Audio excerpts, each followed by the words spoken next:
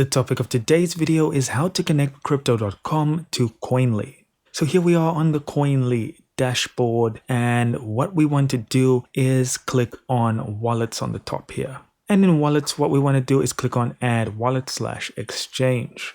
From here, what we want to do is type in crypto.com, and now you can choose between the crypto.com app or you can use the desktop or web version. So we're going to pick the web version, and you have two options again, either auto sync, which is the easiest way to go, or import from file. Now we're not going to do auto sync in this video because importing from file is the way it's going to be done on Android or mobile and on desktop anyways, and you can see all the steps on screen. But what we want to focus on is importing CSV files, so import from file. So click on that, and once you do that, it's going to bring you here. So here you'll see you can drag and drop your CSV files, and we've got all the instructions here on the side. So what we're going to do is quickly jump over to crypto.com, and if we move over to the account section on the left, you'll be able to see your transaction history. Now, of course, I haven't made any transactions, so nothing shows up for me on the right here. For you, however, all your transactions will show up, and you can set date ranges.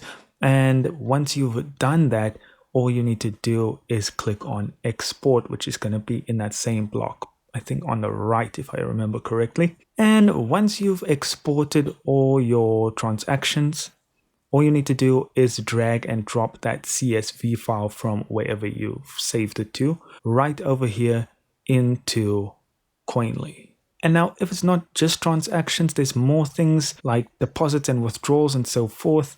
It is all set up here on the side of the screen. Again, I don't have any transactions complete on crypto.com, so it won't show up for me. Make sure to set your time zone, though you can leave it on auto detect, though there is a warning about that right here on the top. And when you're done, all you need to do is click on import. And that's it, guys. I hope I managed to get your foot in the door here. Thank you so much for watching. Do consider liking and subscribing, and I'll see you in the next video.